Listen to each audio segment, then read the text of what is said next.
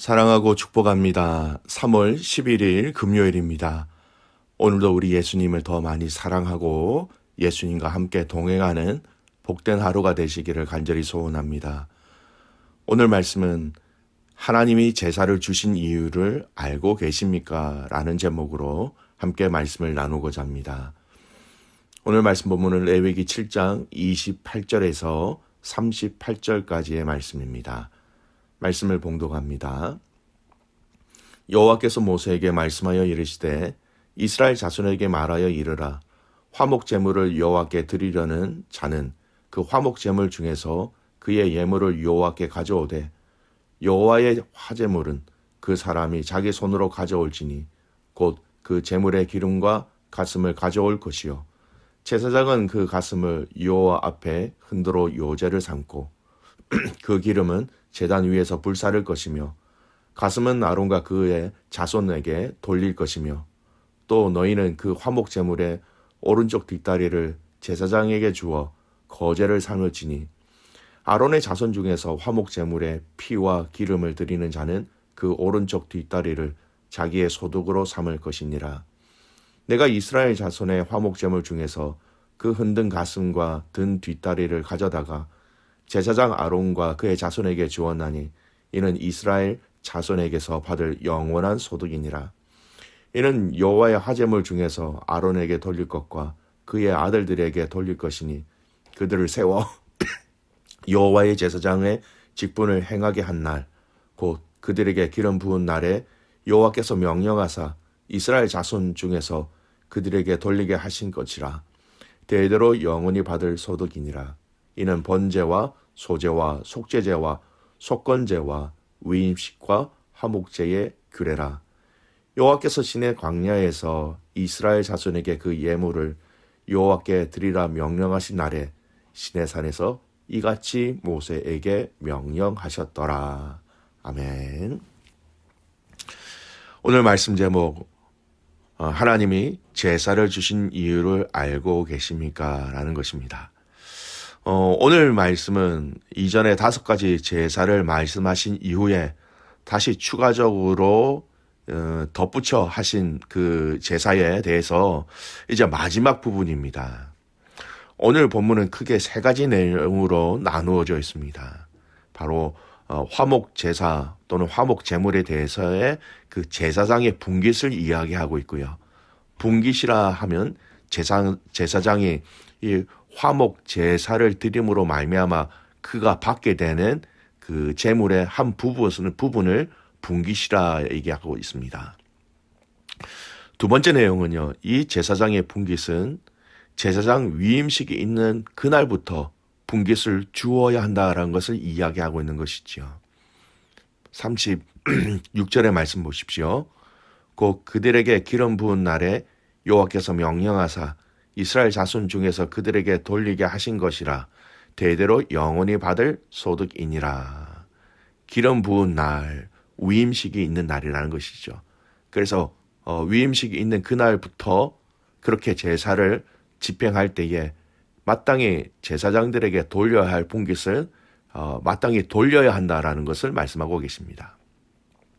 세 번째는요. 이 5가지 제사들에 대한 부분과 추가적인 내용을 주신 분이 누구이신지 그리고 누구에게 주셨는지 그리고 그때가 또 그 장소가 언제인지를 이야기하고 있습니다. 이 3번째 이유는요. 넓은 의미로는 이 레위기를 주신 주체 그리고 객체 그리고 때와 장소의 이야기를 하고 있는 것이지요. 38절 말씀 보십시오. 오늘 본문의 마지막 구절이죠. 여호와께서 시내 광야에서 이스라엘 자손에게 그 예물을 여호와께 드리라 명령하신 날에 시내 산에서 이같이 모세에게 명령하셨더라. 오늘 말씀은 이 3번째 이 38절 말씀을 중심으로 해서 이 레위기의 말씀 이 5가지 특별히 이 제사에 대해서 이들에게 주신 이 말씀에 대해서 이 말씀을 주시는 주체 그리고 이 말씀을 받는 대상 그리고 그 때와 장소에 대해서 살펴보면서 말씀을 좀 나누고자 합니다. 여러분, 첫 번째 저희가 눈여겨봐야 할 것은요, 오늘 이 38절의 짧은 말씀을 통해서 참으로 중요한 것이 있습니다. 이 언약을 주신 분이 누구인가라는 것을 분명히 알아야 합니다. 38절, 여호와께서라고 말씀하시죠. 이 5가지 제사의 방법을 제정하시고 또 이것을 주시는 분은 분명히 여호와 하나님이시다라고 얘기하고 있습니다. 여러분, 제사는 모세가 준 것이 아닙니다. 이스라엘 백성들의 입장에서 보면 모세가 준 것처럼 보입니다. 하지만 하나님은 이 레위기 말씀 중간중간에 모세에게 1차적으로 말씀하셔서 이야기하셨지만 2차 최종적으로 이스라엘 모든 백성에게 주시는 말씀으로 많이 이야기하고 있다는 것이죠. 이 언약의 주체가 바로 하나님이 되신다라는 것을 분명히 얘기하고 있습니다. 반대로 제사를 기준으로 살펴보면요, 이 제사를 받으시는 분이 또한 바로 하나님이 되신다는 것을 분명히 말씀하시는 겁니다. 여러분, 제사라는 이 방법은 하나님께서 디자인하신 겁니다. 하나님께서 명령하신 것이죠. 그렇기 때문에 이 제사를 받는 분이 하나님 한 분이시다라는 것은 당연한 이치입니다. 하나님이 직접 제정하신 제사의 방법이었습니다. 하나님이 직접 당신이 받으시기 위한 제사라는 것을 잊지 말아야 하는 것이죠. 오늘 우리가 드리는 우리의 제사, 지금 신약 시대에는 우리의 예배라고 얘기할 수 있겠죠. 우리의 예배를 누가 받으시는가, 이 질문에 대한 답을 오늘 이 38절 말씀은 짧은 말씀이지만 우리에게 강력하게 표현하고 있습니다. 여러분, 너무나 당연한 질문일 수 있습니다. 우리는 누구에게 예배를 드리는가? 당연히 하나님이시죠. 한 번도 우리는 이것에 대해서 의심하거나 또는 다른 대상을 기억한 적이 없을 것입니다. 하지만 우리는 자세히 점검해야 됩니다. 우리가 드리는 이 예배가 하나님을 위한 예배라는 것, 누구에게 포커스를 맞춰진 예배인가? 그 예배에 대한 대상, 예배에 대한 포커스가 하나님 한 분이 향해야 되고 그 하나님의 아닌 것에 포커스가 맞춰지는 것에 대해서는 우리는 주의해야 한다는 것이죠. 예배의 포커스가 사람에게 또는 환경에게 또는 기계와 장치에게 주목되지 않고 있는지를 우리는 늘 항상 우리 자신들을 잘 살펴보아야 하는 것입니다. 두 번째, 여러분, 이 언약의 대상에 대해서 말씀하시죠. 조금 전에 말씀드린 것처럼 1차적으로 모세에게 먼저 말씀하십니다. 38절 말씀 안에도요, 이스라엘 자손에게, 그리고 후반절에 보면 모세에게 명령하더라라고 말씀 나옵니다. 모세에게 명령하신 이유가 이스라엘 자손에게 알리시기 위하여서라는 것이죠. 모세에게 말씀하셨지만 최종 말씀하시는 대상은 이스라엘 백성이라는 것입니다. 이 제사를 통한 언약을 모세에게만, 제사장들에게만 하신 것이 아니라 이스라엘의 모든 백성과 언약을, 약속을 맺으신 것이다라는 의미입니다. 제사는요, 몇몇 사람들만 드리는 것이 아니라는 것입니다. 모든 이스라엘 백성들이 힘써 지켜야 할 예배라는 것이죠. 이 예배를 드리는 자에 대해서 살펴보게 하시는 것입니다. 하나님은 모든 민족이, 모든 열방이 다 하나님께 나와 예배하는 것을 너무나도 간절히 원하고 계십니다. 몇 사람의 예배가 아니라 가능하다면 모든 사람들이 하나님을 찬양하고 하나님을 예배하고 그 안에서 기쁨과 감사와 구원의 은혜와 하나님 나라를 누리는 것을 하나님은 간절히 원하고 계십니다. 누구든지 와서 내가 주는 이 생명수를 먹고 마시라고 말씀하시는 것이지요. 시편 67편 5절 말씀입니다.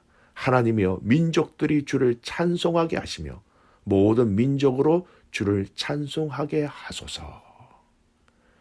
이 약속, 이 언약, 5가지 제사를 주신 그 대상은 믿음의 사람들, 그것을 또 뛰어넘어 모든 민족들이 하나님 앞에 예배하며 하나님 앞에 경배하기를 원하신다.